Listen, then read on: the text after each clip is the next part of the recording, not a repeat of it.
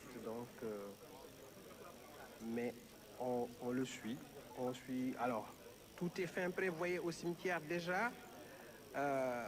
Des élèves de l'ENOA qui tiennent déjà le bouquet de fleurs, la gerbe plus exactement de fleurs, qui sera transmise au chef de l'État qui va déposer ça au monument aux morts. Donc c'est une tradition, c'est quelque chose de très bien chronométré, ils savent très bien ce qui doit être fait.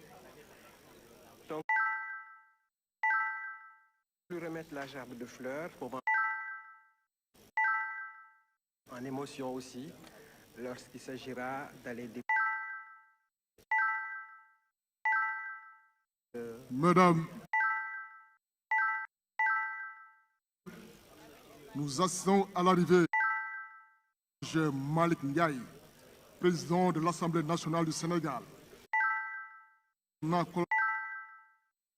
président de l'Assemblée nationale s'inclinera devant le drapeau national puis s'installera dans la tribune présidentielle.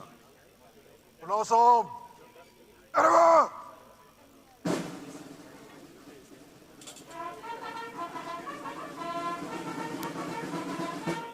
Présentez, hop!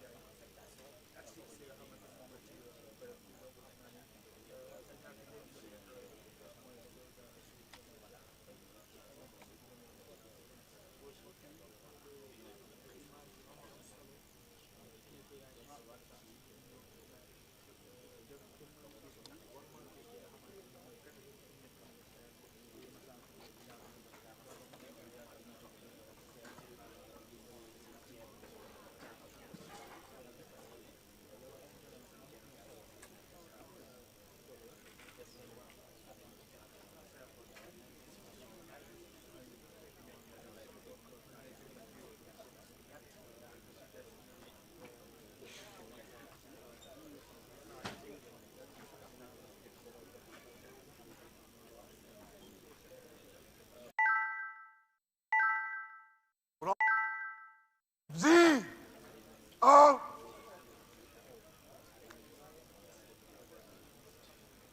Repos!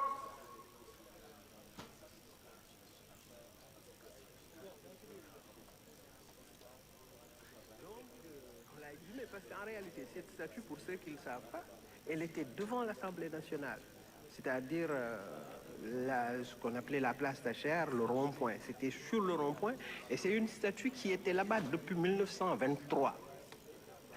Donc c'est à la suite de la Première Guerre mondiale que cette statue a été coulée dans du bronze et par un sculpteur français et posée à un endroit où il n'y avait pas encore l'Assemblée nationale. Parce que l'Assemblée nationale, le bâtiment ne sera livré qu'en 1956, la première Assemblée confédérale, Fédération du Mali. Donc, au début, il y avait rien. Donc, on l'a posé là-bas. Et en 83, les gens l'ont déboulonné parce que certains s'offusquaient que oui, une statue de nature coloniale trônait devant la représentation nationale.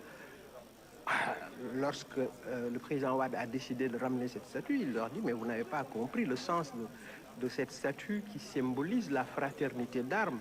Parce qu'on voit quoi? Un poilu, c'est-à-dire un combattant de la Première Guerre mondiale européen, Toubab, et un Africain, Alors, ce qui semblait gêner, c'est que le blanc avait la main posée sur l'épaule de l'Africain. Certains ont dit que c'était un geste plus ou moins paternaliste.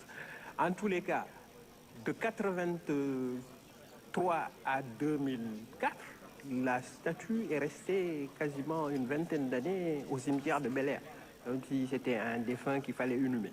Et le président l'a ramené et l'a posé aujourd'hui place de la Gare. Ce qui a changé, c'est que sur le fût de la statue, il y avait 5 médaillons d'anciens gouverneurs de l'AOF, c'est-à-dire il y avait Van Vollenhoven, il y avait Clausel, il y avait Dubélé, il y avait d'autres que j'ai oubliés. Donc il y avait 5 médaillons qui ont aujourd'hui disparu du fût. À part ça, rien n'a changé, sinon l'emplacement de cette statue. Donc dire simplement que la volonté de commémorer un tout petit peu les tirailleurs est relativement ancienne. Des voix s'étaient élevées. Je vous parle de Senghor qui les a plus ou moins chantés, qui leur a rendu hommage dès 1945. Mais après, il a été confronté à l'épreuve du réel, à l'épreuve du pouvoir. Parce que pendant tout le temps qu'il a été à la tête du Sénégal, bon, c'était un chapitre qu'il n'abordait plus, qu'il n'ouvrait plus.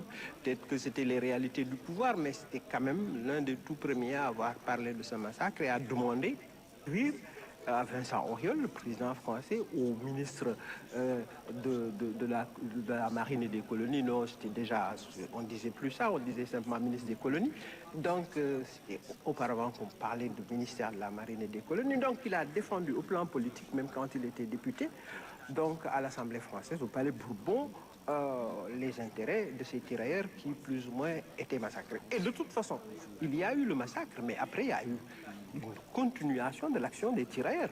Là, les choses ne se sont pas terminées en 1944. Il faut le savoir. Dès 1946, ils sont engagés en Indochine française. Ils sont allés se battre. De 46 à 54, c'est 8 ans. Le 7 mai, lorsque la cuvette de Dien Bien Phu tombe, combien de Sénégalais ont été capturés? Et qu'est-ce que les Viettes leur ont fait? Parce que il était inconcevable pour les Viettes de voir des gens colonisés qui venaient se battre chez eux et les empêcher de prendre leur indépendance. Ça aussi, c'est des choses qu'il faudrait clarifier. Lorsque les